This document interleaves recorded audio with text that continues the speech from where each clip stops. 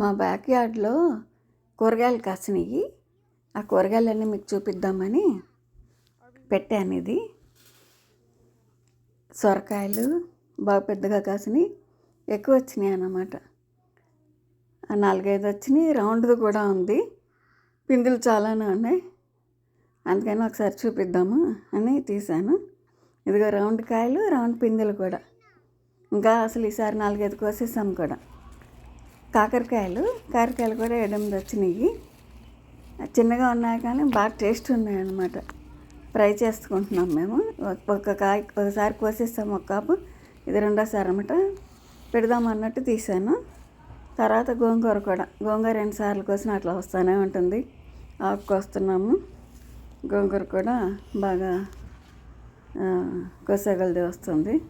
ఇప్పుడు చాలాసార్లు కోసాము, అసలు 10 సార్లు కోసామేమో. అట్లాగా ఆకు వస్తూనే ఉంది.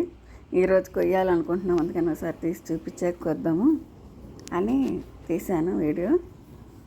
మళ్ళీ క్యాప్సికమ్ కూడా బాగా వచ్చింది దొడ్లో. కోస్తుంటే బాగా పిండి పోతతో ఉంది. వేళ అన్ని కోస్తామన్నమాట సొరకాయలు ఇవన్నీ. అందుకనే ఒకసారి తీసి చూపిద్దామని. కాయలు బాగున్నాయి, బాగా కాపు వచ్చింది.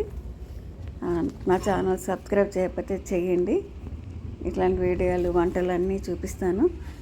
నాకు చిన్న ఛానల్ కొత్తగా పెట్టాను కాబట్టి మీరంతా లైక్ చేసి వీడియో సబ్స్క్రైబ్ చేయాలి. నన్ను ప్రమోట్ చేయాలన్నమాట మీరు నన్ను యూట్యూబ్ ఛానల్లో చేయండి. థ్యాంక్స్.